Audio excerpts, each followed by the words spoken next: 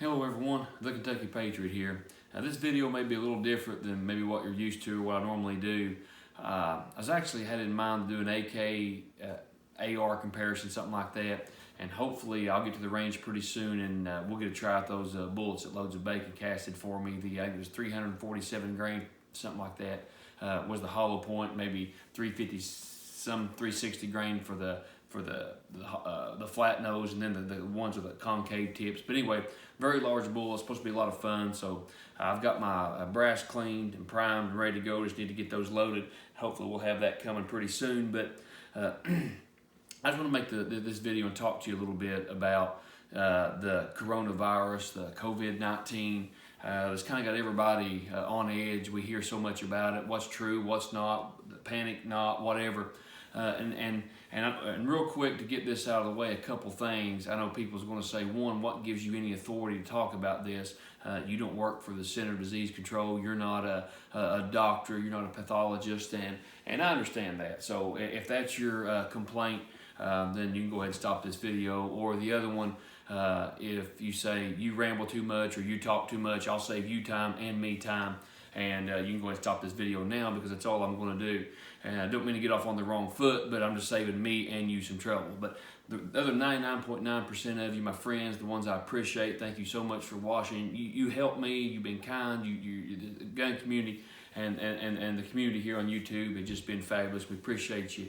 But what I want to talk to you about is what's going on and my honest opinion and what I think about all this. And that's really all it is, just my opinion and how I'm going to handle this. Again, I'm not a doctor. I'm not giving you any medical advice.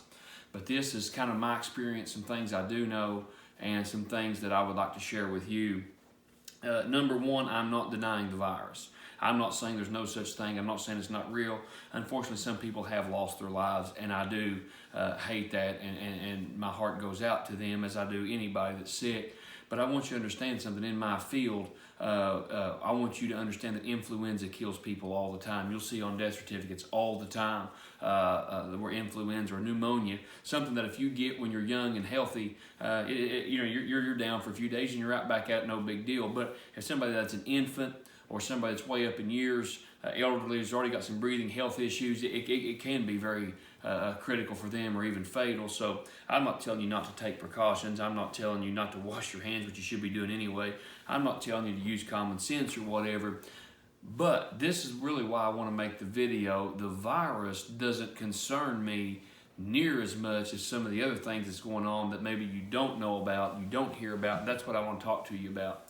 And again, when I say prepping, I'm not talking about a doomsday prepper where you live in a bunker and you've got 40,000 cases of toilet paper. You know what I mean? That's not what I'm talking about. I'm not talking about going overboard. I'm just talking about using some sense.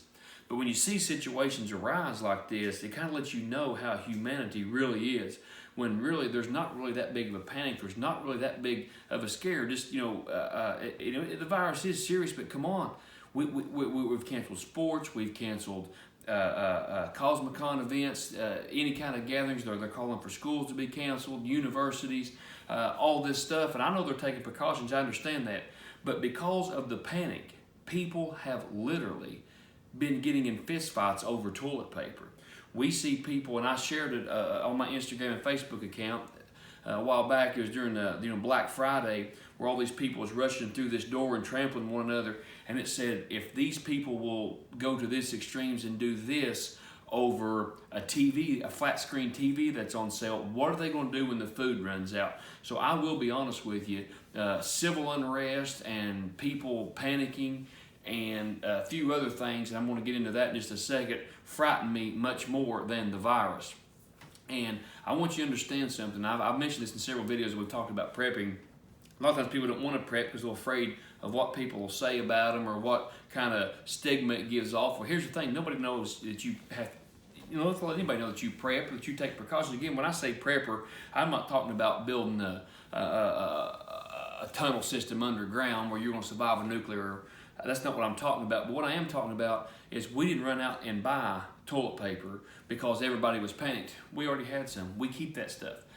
We keep it, and then as we use it, we replace it, but we keep it. So if we can't go to the store, or if they're sold out for a week or two or a month, we're still okay. And that's what I've said about food and water. But I want you to remember this. The same people that said, oh, if you prep or store or prepare, you don't have faith in God. Or if you prep or you keep anything back, you wear a tinfoil hat. These are the same people that's literally panicking and running out and buying and trying to stock up now, and they're worried. And now we see them fighting in a fist fight. I mean, who knows about what's going to become of this? But if we need to stay here for 2 weeks and we can't get out, and we lose electricity, and we lose water, instead of panicking and saying, "Oh my goodness, what are we going to do?" We rush out in a panic mode like everybody else, and we can stay home in comfort with food, with water, with supplies.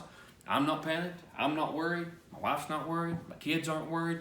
And that's really what I want to mention about, is just have enough stuff to be prepared. And it was the same thing a few years ago when ammo was shortage. We had 22s. You couldn't get 22 LR. And the thing is, when they would get a shipment in, people would go buy everything they had. I mean, guys, just over the years, my advice is just kind of stock up on some stuff. Like I told you in other videos, this isn't nothing new for us, but just see something out, add to your medical kit, throw it in there. If you see some food you can get, some MREs or whatever, or even better food, get you some. Water or whatever. Just, you don't have to go in and hoard it all up, but just as you kind of need it, as you kind of see, I might need this if something did happen. And the thing of it is, things like Hurricane Katrina, they're real. Things like chemical spills or whatever. There could be time that you may have to be self-sufficient. And to me, going out in these stores and panic and fighting, and I'll tell you this, here locally, we live in a small town, but I had to go to Walmart. I didn't want to, but I had to for work, to get some filters for the furnace. Had some issues there, so I thought, oh my. And the thing of it is, when I went to Walmart, I had to park at the very end. You know how those super Walmarts are. The parking's, but sure enough, and people was in there everywhere, and they had plenty of stuff on the shelves. There wasn't but people were so panicked, and people were, there was no violence. I didn't see nobody acting, out of, sorts per se, but there was just a different feel in the air. There was just a sense of, and we're from a small town where even people you don't know, you speak, you say hi, and I wouldn't say nobody was rude, but everybody was like, had this, almost like they were on a mission. They were so worried and so panicked. Man, I just went there and got filters. Since I was in there, I got some apples and oranges to snack on, and that was it.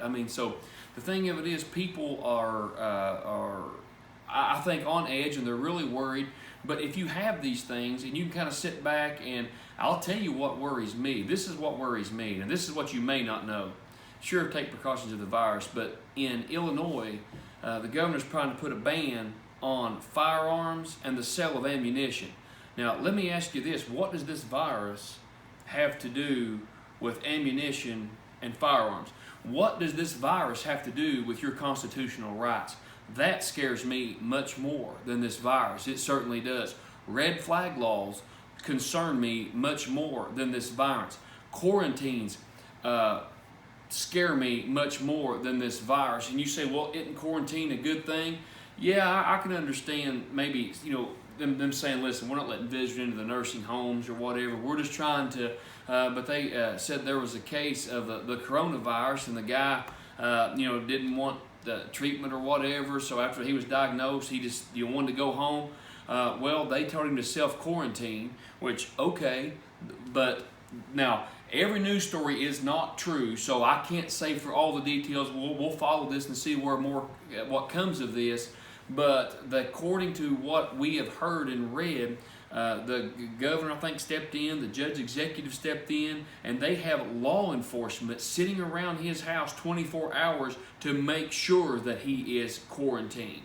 That bothers me a little bit, and I'm not saying that we should go out and try to spread and cause problems, but you got to understand the flu can be deadly. Flu A and B is deadly. Influenza is deadly. So I don't think this virus is as scary as people said, but when you start saying the government steps in and says, can't buy firearms. The governor says you can't buy ammo. We're going to quarantine your house and have a law enforcement officer stand outside your house 24/7.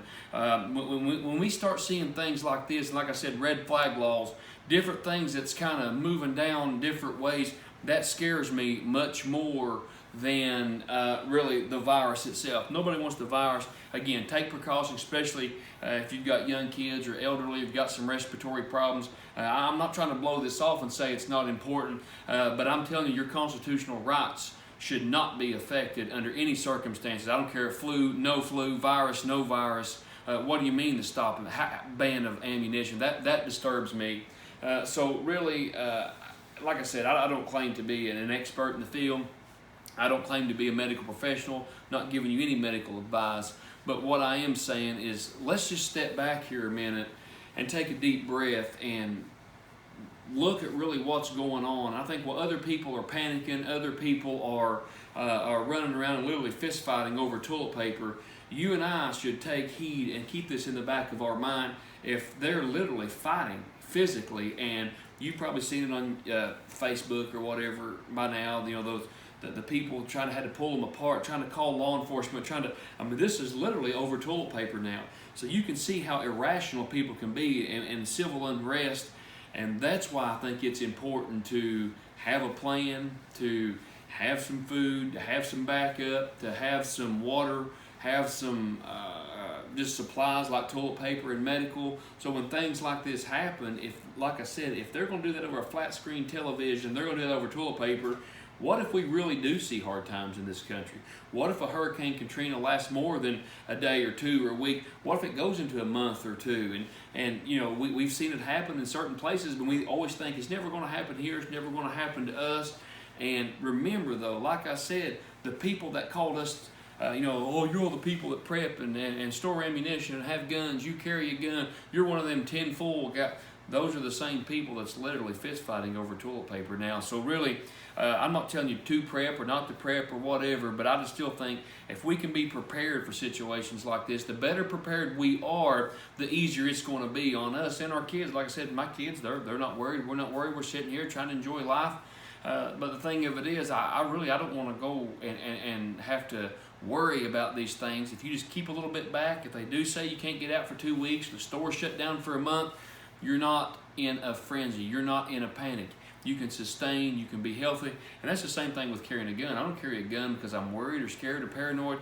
But if you know you're prepared, you know, and that's why we, you know, even train our kids in martial arts, and we train a lot in hand-to-hand combat. It's not that we're trying to bully anybody or be mean, and most people don't know I train or my kids even train, because I've told you on here. But here's the thing of it is, you never know what situations you're going to face in life. And I don't care what you're facing in life, the better prepared you are. I think the more confident you are, the more peace you have. And I think it's just, we don't have to panic and get caught up in, and I really think the media has blown this so far out of proportion. That's my opinion. You know, I really do. I think the media's blown this out of proportion. I think people are unreasonable. I think people panic. If you have flu-like symptoms, go to the doctor. Sure, take care of yourself. But really, we see the panic and the fear. And I've seen where now meat's disappearing out of supermarkets. They're running out, and people just all this panic. But just take a deep breath, hug the ones you love, think soberly, think righteously, think about, you know, how we can do things to make better. Check on your neighbors, check on one another. Like I said, this all this channel is just. I don't want you to feel like that I'm giving you a lecture.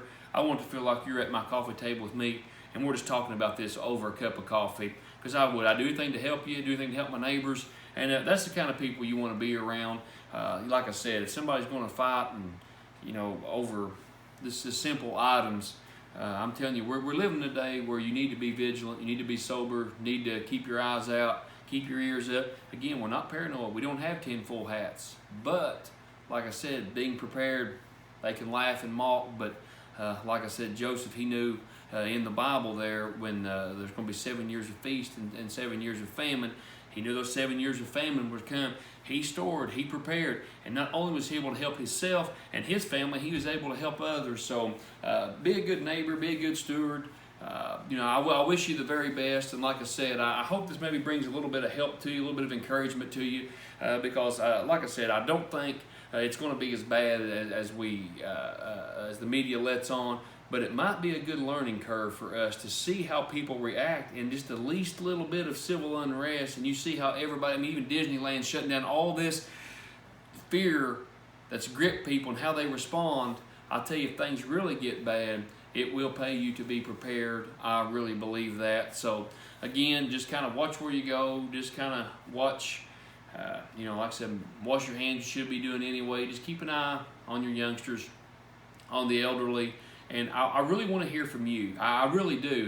This is just my opinion. A lot of you guys have been my friends for years. You followed this channel. I've met you again at the NRA convention. They've canceled that, so I won't get to see you this year. But a lot of you are my friends that I've learned so much from. Other channels that watch me, I watch you and I learn. So please leave me a comment in the comments below. If you think I'm wrong, that's okay. A different opinion does not bother me at all. Just keep it family friendly. But if you think the virus is worse than let me know what you think about the red flag laws. Let me know what you think about the governor saying, hey, what's our constitutional rights have to do with the flu?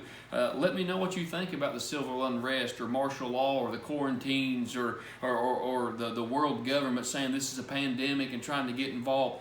Let me know your thoughts. Let me know your opinions. Let me know how you feel on the matter.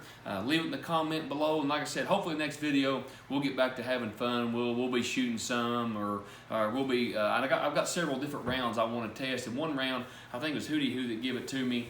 Check out his channel if you've not already subscribed. I think he gave me some bullets besides those normal rounds that he gave me that I want to get out and test. So hopefully we'll be back to the range having some fun. Have some more lighthearted videos coming up without flu or pandemics or any of this stuff. So keep the faith, keep your head up. I think it's going to be just fine. May God bless you. The Kentucky Patriot signing off.